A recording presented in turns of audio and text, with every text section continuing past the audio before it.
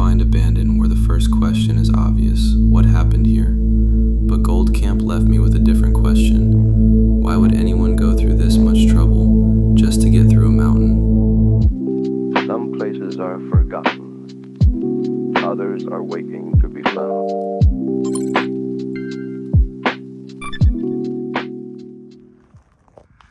We're pretty high up here.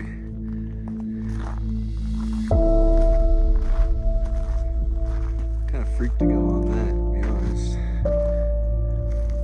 These tunnels weren't built for explorers.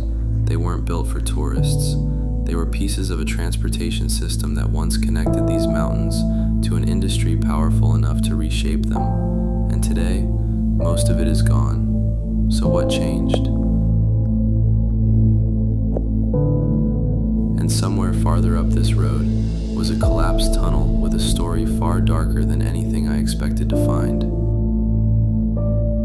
At first, I wasn't thinking that deeply about any of this. I was in Colorado. There was an old mountain road with abandoned railroad tunnels. Obviously, I was going. But the farther I followed Gold Camp Road, the more I realized this wasn't just some weird back road through the mountains. Because none of this was originally built for cars. So this whole mountain is a bike trail. There's been a lot of people riding their bikes. There's all sorts of trails. Just gotta watch out for people walking. There's been a couple times I had to jump off the trail. Asked some folks on the hill and they said that it's actually down there more. It's tunnel 3, they said. So I would have literally been all over this hill hiking, trying to find it. Like, where is it? And then when I got up there, the trail branched off into 3 different areas. I was like, uh-oh. I was like, I'm gonna have to make a couple loops just to find it. This is what I'm looking at right now. Isn't that just gorgeous? I will say this, I am so out of shape. Like, I haven't climbed a hill, or I guess I haven't climbed a mountain since I was in that Cold War base, or the radar base. So this is like I went up this little thing and all this dirt here, or all this rock, it comes off, so it's literally just pebbles. So trying to climb up that, you just slide right down. More than a century ago, this was the Colorado Springs and Cripple Creek District Railway, better known as the Short Line. Construction began in 1900 during the Cripple Creek gold boom. The railroad stretched nearly 46 miles between Colorado Springs and the mining district, and those tunnels ahead of us are some of the most obvious clues it left behind.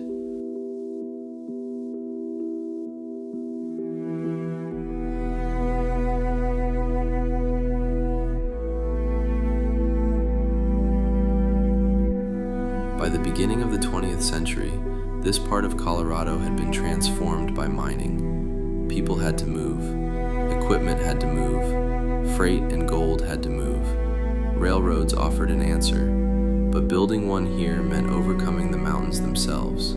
Cuts had to be made, grades had to be engineered. 9 tunnels were blasted through the route, and where the mountain refused to move, they went through it. 100 years ago, locomotives were moving through these exact same openings. Passengers, workers, freight, gold. And today, we're driving directly on top of it. But here's what doesn't make sense. After everything it took to build this, the railroad would last only about 20 years.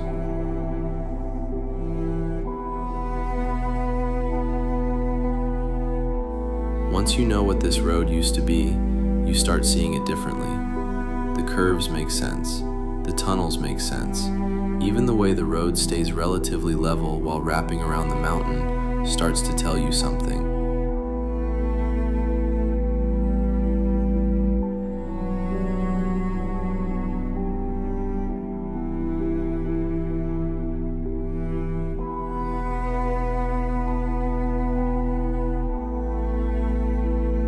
It's a railroad that eventually became a road. Every tunnel represents labor, money, and engineering committed to keeping a much larger system moving. So there you go, there's the first tunnel. This isn't the one we're looking for though. I was excited to drive through this tunnel though, but There's one that's collapsed. It's the actual tunnel. So For a time, that system mattered enough to justify all of this. But being important doesn't mean you stay important forever. Rail service ended in 1920. After everything it took to carve this route through the mountains, the short line lasted only about 20 years. But the corridor itself was still useful. So instead of abandoning it, they changed it. In 1922, the old railroad grade became the Corley Mountain Highway, a toll road for automobiles. The trains disappeared. Cars took their place. Then, in 1939, the route became the free public Gold Camp Road. Here we go, another tunnel, guys. Depending on what this one looks like, Same path through the mountains, surviving because each generation found another use for it, until eventually part of it stopped adapting.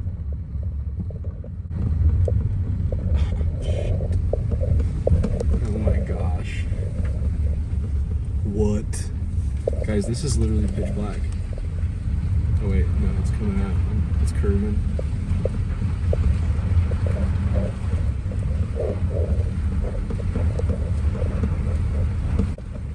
Okay, that scared me for a second. I always thought it was just pitch black. I was like, where does it end? Up to this point, following the old railway had been relatively easy. We'd already driven through tunnels left behind by the original route. Then, the road stopped. The section ahead was closed to vehicles, but the original route kept going, and somewhere ahead was tunnel number 3. The tunnel I had come looking for couldn't be reached from behind the windshield, so I parked the car, grabbed my gear, and started walking. There's a waterfall down there. We'll have to go check that out. And from here, Gold Camp started becoming something completely different. Tunnel number 3 was 278 feet long. It had been driven through particularly unstable granite, with parts of the tunnel relying on heavy timber reinforcement to hold back the surrounding rock. Those supports stayed inside this mountain for decades, aging, deteriorating, holding back material that had been unstable from the beginning. So I'm guessing that's where it's at. This is where that slide was, that rock slide I was showing y'all. For decades, this corridor had survived by changing, but here, the road became a dead end. And that's where the history should have ended, except the tunnel became a legend. Oh, there it is. No way. Okay, I was gonna say. Remember that dark story I mentioned earlier? This is where it supposedly happened. According to the legend, when Tunnel 3 collapsed in 1988, a school bus filled with children was trapped inside. In some versions, they were school children, in others, orphans. Nobody survived. People later claimed they could hear children laughing inside the tunnels. Others reported screams, clothing being pulled, unexplained scratches, and tiny handprints appearing on dusty vehicles. It's become the defining story of Gold Camp Road. There's just one problem. When you actually start looking for those children, they disappear. No documented mass casualty, no contemporary news report matching the disaster. No evidence we found that a bus full of children was crushed here. The tunnel collapse was real. The dead children appear to have been added later. And honestly, that might be more interesting than the ghost story, because somewhere along the way, a real piece of ruined infrastructure became folklore. Standing inside these tunnels, I don't really need the ghost story. You can feel how old this place is without adding anything to it.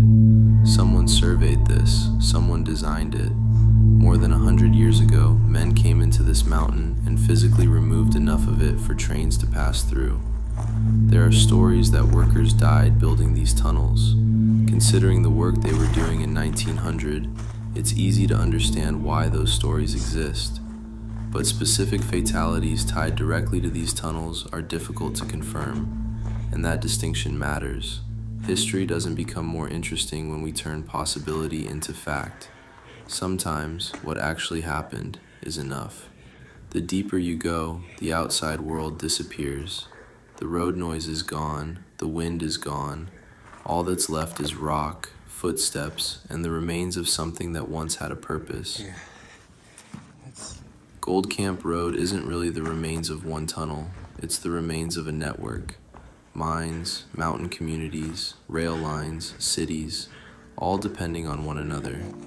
Gold Camp Road was added to the National Register of Historic Places in 1999. By then, the railroad had been gone for almost 80 years. What started as infrastructure built around a gold boom had officially become history. And that's something I keep finding at these places. We build things because at the time, we can't imagine living without them. Then technology changes, economies change, the way people move changes. The old system gets repurposed, then bypassed, then forgotten. The mountains didn't change, the system did. And eventually, somebody like me shows up, wondering what the hell happened. I know at the end of the day, these were just some tunnels, an old road through the Colorado mountains. But honestly, I needed this. I needed to disappear for a while, to take the wrong trail, to figure it out and just keep moving, to follow a road simply because I wanted to know where it went. And somewhere along the way, Gold Camp stopped feeling like a road. It started feeling like a timeline. A railroad built because of gold turned into a toll highway, turned into a public road, until part of it finally became a trail, disappearing right back into the mountains. People moved on, technology moved on, the world that built this place moved on, but the tunnels stayed, the cuts in the mountains stayed, and if you slow down long enough to actually look at them, so did the story. At the time, I thought this story ended here. I was wrong. A few days later, hundreds of miles away, I spotted something strange from the highway. I didn't know what it was, I didn't know why it was there, and I definitely didn't know that trying to reach it was about to turn into an expedition of its own. So naturally, I went after it. And what I eventually discovered connected back to this road in a way I never could have planned. Sometimes an abandoned place doesn't give you the answer, it gives you a clue. And this trip wasn't finished with me yet. I still have 16 hours to drive. And you gotta remember, that's just to the destination. I still have to drive back. So I have another, technically 46 hours ahead of me. So in drive time. I've already managed to get 15 out of the way, respectfully. And I was happy about that. But I gotta let y'all go. I need to see where I'm going. I am lost.